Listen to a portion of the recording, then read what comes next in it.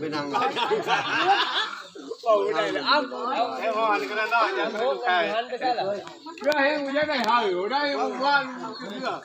แล้วพ่ออย่างนี้ว่าเราบอกว่าบอกมายินแล้วตายจะมัน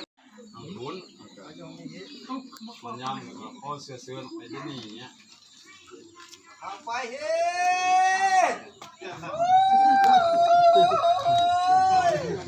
ทางคนมาโก้แล้วก็ยินดีนับคำเชิญนี้แล้วก็ที่พากันไปในนี้เรื่องกิจกรรมเป็นผู้ร่วมงานเดินดาวทางคุณแล้วอ้าวแล้วเราก็พ่อขอบคุณใจเมื่อทำคือทางน้องทางคุณนะพ่อขอบใจ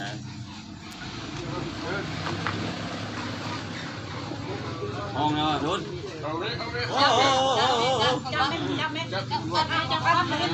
พัดโอ้ลุงใหญ่น่ะ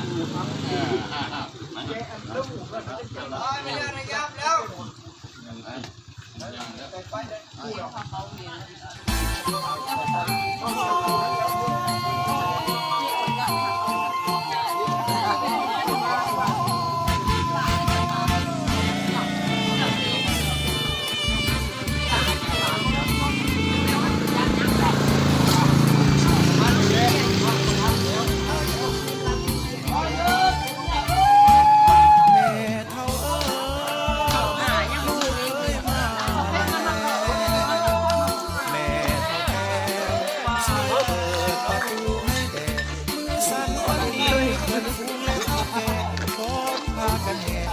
เคยแม่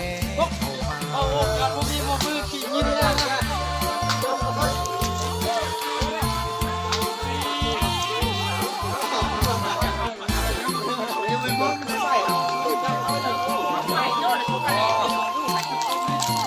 บนแห่เคยหน่อย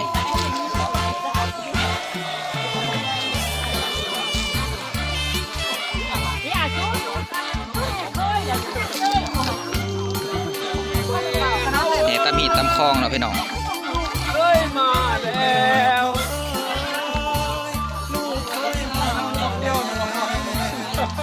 แม่เท่าแก่ อยากได้ฝรั่งเปิดประตูให้แก่เข้าดีคนเท่าแก่พร้อมพากันเรียนลูกเคยแม่เข้ามา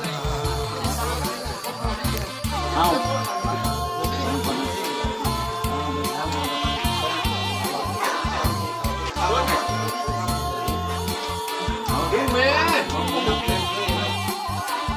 เดี๋ยวกันเรื่องเนี่ย